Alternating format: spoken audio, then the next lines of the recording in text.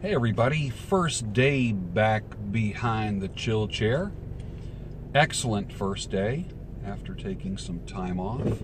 I feel normal again and not pressured, and I don't feel like I'm in that weird retail environment because I'm calling my own shots, which is a great place to be in life, is that you get a chance to call your own shots and create your own success. Had a full day today. It was fun. Made a lot of money. Made a lot of people happy. Overall, good day. As you can tell, I'm a little tired now. A lot of times I cut till I'm exhausted, but not the kind of exhausted that I would be when I worked at the mall. It's a completely different kind of exhaustion. Haircuts and beard trims today, no shaves, no hair extensions, no hair replacement systems, and no eyebrows, which I'm going to be adding all of those things to my menu of services. But I'm at Headliner's Salon, 2809 Egypt Road in Audubon, PA, 10 minutes from King of Prussia, 27 minutes from Philadelphia, 31 minutes from Philadelphia International Airport for those that want to fly in and take an Uber or a Lyft. It's only 31 minutes away from the airport. I can happily say that people come from 17 states and 7 countries to sit in my chair. Pretty happy about that. So let me just review my services. When it comes to providing services for men, right now, and I'm expanding to new clientele in a couple weeks, I'm scissor intensive and detail oriented, and when it comes to beards, I do freehand sculpting as opposed to using any templates, or every beard is different. So what I don't want to do is use templates, and I don't want to give the same style to everybody because everyone's face and head and hair and circumstances are different. So I like to take all those things into consideration. If you look at my Twitter, at George Bruno, you're going to see what I call the Dirty Dozen, the 12 factors that I take into consideration when sculpting a beard. And that's real important to do. And that's what has helped me get the success that I have, is the 12 factors that I take into consideration and the consult that I do. So it's fun. I'm a little bit lower energy right now, but not like when I was leaving the mall. If you remember when I left the mall, my God, I was ready to die. I would go home, literally. I mean, the story, you might know the story, you might not. The story was, I would come home from the mall. Something is just rattling in the car here as I'm driving, and I don't know what it is.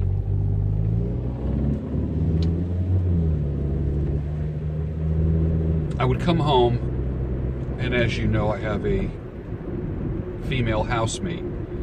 And sometimes she would make dinner and leave some on the stove for me. I would walk in and she'd say, hey, you know, there's chicken and mashed potatoes or, you know, whatever on the stove. I didn't put it away because, you know, if you want it, it's there. But I'd be like, all right, I'm just going to go upstairs and lay down for a couple minutes. So I'd go up to my bedroom. I would lay down. And there were some nights where I wouldn't wake up until the next day. And that made me think there is something seriously wrong. And it was some health issues, which I've conquered. I feel great now. I don't have any health issues whatsoever. Everything is under control. And the other thing was just the stress. And I remember laying in bed and feeling kind of like, I wouldn't quite call it like heart pains, but I would feel like a little something here. And I knew it was stress related. And I would say to myself, you know, this is bull. I could just, my heart could stop and I'm gone. And it was the job. It was working in a mall that did it. And people say, well, aren't you in retail now? I wouldn't call an independent salon retail like working in a mall. The mall is a completely different story. It does have a unique set of stressors that can wear, and working for the corporate entity as well. Now, nobody is more disciplined in their professional life than me. There's no corporation that can make me work harder than I work for myself. But some of the expectations were just nitpicky stuff, and it was people who aren't in the industry making decisions for people who are in the industry. And that was one of the things that was kind of stressing me out. And I wish I was stronger than that, but I did find my limits after working for a year in a damn mall. So now, after doing working part-time cutting hair with private clients and now getting back into a salon, I find that the energy is back, the vision is back, and that energy and vision and that vibe is transferred to the guests in the chill chair. There were people, when I was in the mall, there were people who I would be cutting their hair, people who have cut their hair for years, who would look up at me as I'm cutting their hair in the mall, and they'd say, what are you doing here? Honestly, the first thing that came to their mind was, you do not belong here. And I knew that. I knew. But it was an opportunity after the salon I was working for closed. Now, this salon is a wonderful place. It's a full-service salon. It's called Headliners. It's in Audubon. It's 10 minutes from King of Prussia. About 31 minutes. And this is stuff I Googled. 31 minutes from Philadelphia International Airport, 27 minutes from Philadelphia. I guess that's if traffic is perfect. So nobody's traveling any further. And being that I have an international clientele, a few minutes more isn't really bothering anybody. So I will be back behind the chair on Tuesday. And I would say, if you're looking for a new stylist, if you're looking for a change, if you're looking for your image to pop, whether it be you need to land a job, close a sale, get the girl, and I'm speaking to the men right now, then the chill chair is the place where you need to be. If you're not walking out with a pop when you step out of someone's chair in a barbershop or a salon, you are in the wrong place. I will be as bold as that. You're in the wrong place. What is your haircut saying?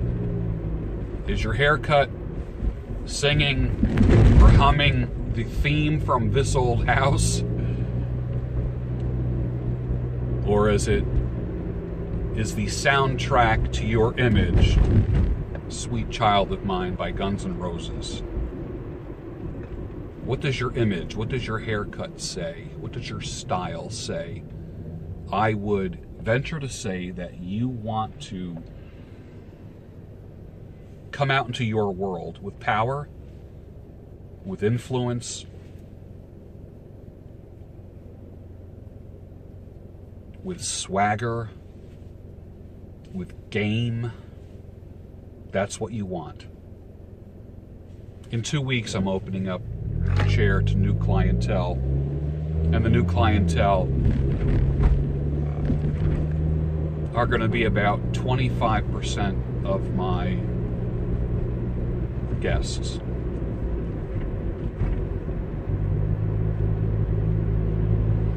Who do I work well with? I cut Asian hair really well. How many people do you know that specialize in Asian hair?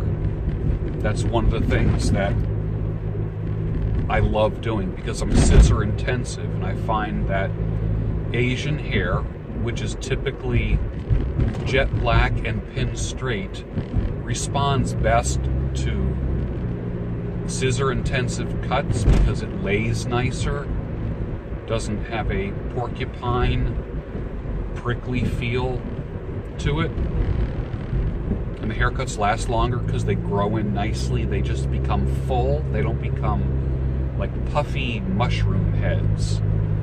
And that's the complaint that a lot of people have, is that when their haircut starts to grow out, that it starts to get puffy.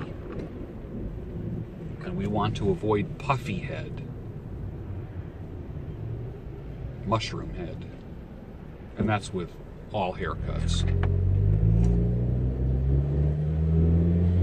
I work well with people who with thinning and receding and balding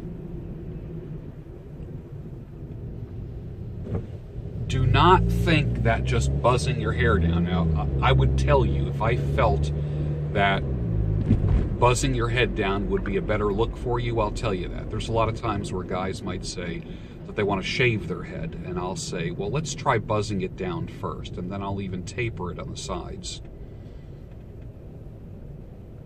Because many times a shadow looks better than a complete head shave. Very few people can pull off a head shave. You have to have a nice shaped head. A lot of people don't realize the shape of their head until they buzz their head, until they take the clippers and buzz their head, because there's little peaks and valleys and divots and lumps and bumps, and heads can be really strangely shaped underneath, and you don't realize it until the hair is gone. So a shaved head is not the best look for everybody. I would say out of 10 guys that are losing their hair, I would say that 1 out of 10 can pull off a shaved head, and pull it off well, like a power look. And a look, when I say a power look, I mean an effective look, and a look that's effective in business, because one of the things that many times shaved heads can look intimidating as well.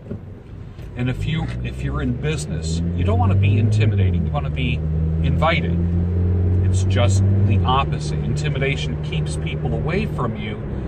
An inviting haircut brings people towards you.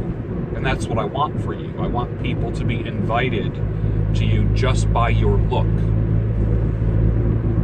Does that make sense to you?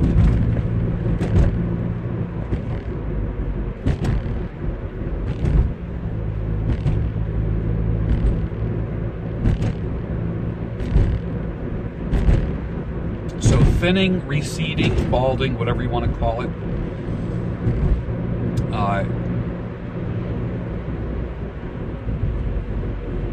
to do scissor work on someone who has that growth pattern, it looks fantastic. It looks fantastic. And then, of course, detailed with a straight razor. It's easy care. It grows in nice. It doesn't get puffy. They don't get that strange, you know, there's a lot of guys who are balding, like they're bald on top and they just have that horseshoe of hair. That can look good if it's cut properly. If it's just buzzed, if you just do a one blade buzz, many times that grows in puffy and prickly, especially around the area where it curves. and you don't want that porcupine look, like I said, you want your haircut to pop, and you want it to be inviting. You don't want it to be intimidating in any way, and you want it to be handsome. You know, hair has nothing to do with being handsome, right? A lot of guys feel insecure about losing hair. Don't feel bad about losing your hair. Sure, it's like, you know, would you rather have a full head of hair? You know, many guys would say yes. But the reality is, your charisma, your game, doesn't come from your hair. It comes from your personality. And if you feel good about the way that you look, which is what a good haircut will give you, then your game is there.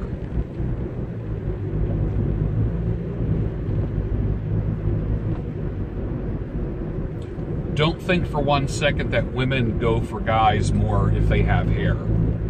Especially the men out there that are watching this that are thinking that they're suffering socially because they're losing their hair.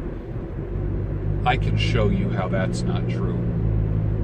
I can provide a haircut that will make you feel 10 times more confident than you are now about your look. And hopefully that will sink in and translate to how you project and how you put yourself out there in the world. Who else? Bearded fellas work really well in my chair. My proprietary methods of beard trimming. So we have Asian hair, we have the thinning, balding, receding guys that I work well with, bearded guys. Over 10,000 beards I've done in my career. I know beards like the back of my hand and have the artistic ability to optimize a beard to your face and head and image and so forth. When it comes to ladies, hair extensions are an incredible way to enhance your look. I do pixie cuts as well, and that's a really hot look. Or the half shave styles, that's a hot look. If ladies, if you want your brows shaped, I can do that as well. And I know there's a handful of women that watch this. We can shape the brows beyond what you can imagine. I might even, I'm looking into learning microblading, so that's a possibility as well in the future.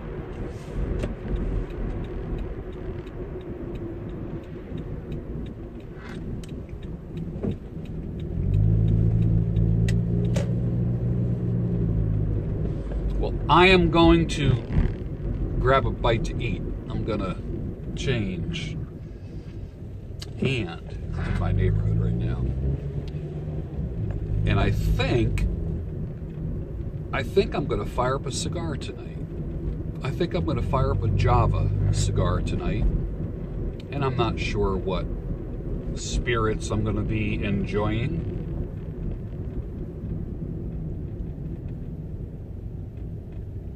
Have you ever had the Java cigars? They're quite incredible. Go ahead. I would much rather flag people on in traffic than try to beat them. You know, I'd rather hit my brakes than hit the gas and then get hit or cut somebody off. And I'm never in a hurry. I don't want to be in a hurry. I'm not in a hurry. All right, everybody. I'll talk to you soon. We're going to be doing probably Beards Without Borders. Starting that up again now that I'm doing No Shave November, and who knows where it's going to go from there. So here I am, a couple days. Well, I have the goatee, but I got a couple days of growth, and I'm enjoying my stubble right now. So, hey, thanks a lot for riding home with me. Talk to y'all soon. Thanks.